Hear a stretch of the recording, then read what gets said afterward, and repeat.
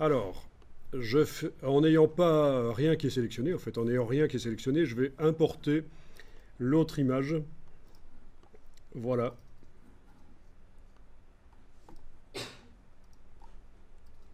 OK. Donc je suis en affichage normal, donc même si elle est en dehors de la page, je la vois correctement. Et on va demander que le fond blanc disparaisse. Donc on peut le faire dans InDesign, faire disparaître le fond blanc. Mais je vous dis tout de suite, il va y avoir un problème. Et au final, pour cette image difficile, il faudra mieux le faire dans Photoshop. Pourquoi est-ce qu'elle est difficile? Parce qu'il y a certaines parties de la moto qui sont presque blanches en fait. Et InDesign risque de les voir comme si c'était du blanc.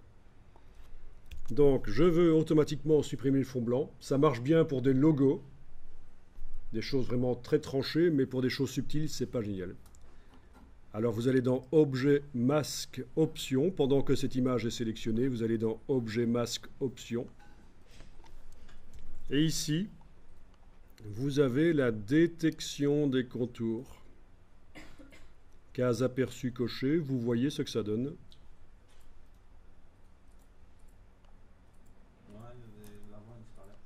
Voilà, c'est ça, il faut jouer sur le seuil.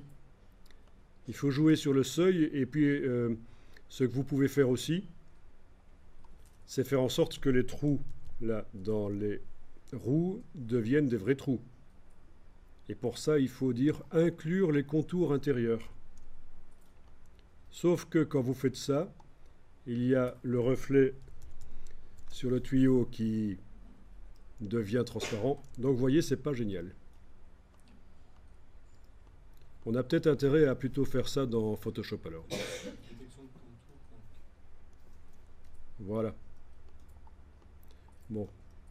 Il y a la tolérance aussi. Donc dans le cas de cette image ici, ça ne va pas... Oui, ça c'est le nombre de points en fait, hein, la tolérance. Donc dans le cas de cette image ici, il vaut mieux passer par Photoshop pour supprimer le fond.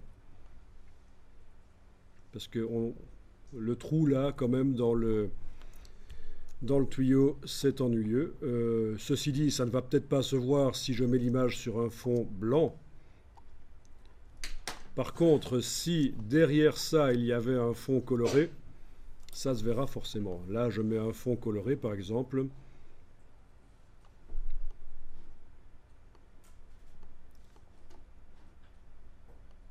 Voilà.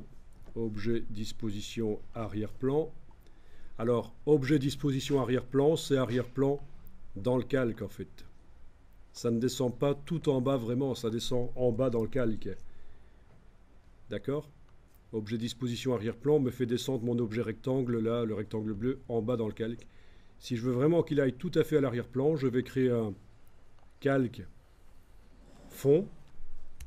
Et ça, c'est intéressant parce qu'on va devoir de toute façon le tester pour améliorer beaucoup l'aspect de la publication. Et je transfère ce rectangle dans le calque fond. Donc, allez-y, testez. Faites un calque fond. Mettez-le en dessous des autres. Et dans ce calque fond, vous devez avoir un rectangle coloré. Et là, vous allez remarquer que ce qui pouvait fonctionner correctement sur du papier blanc, évidemment, sur un fond coloré, ça ne passe plus.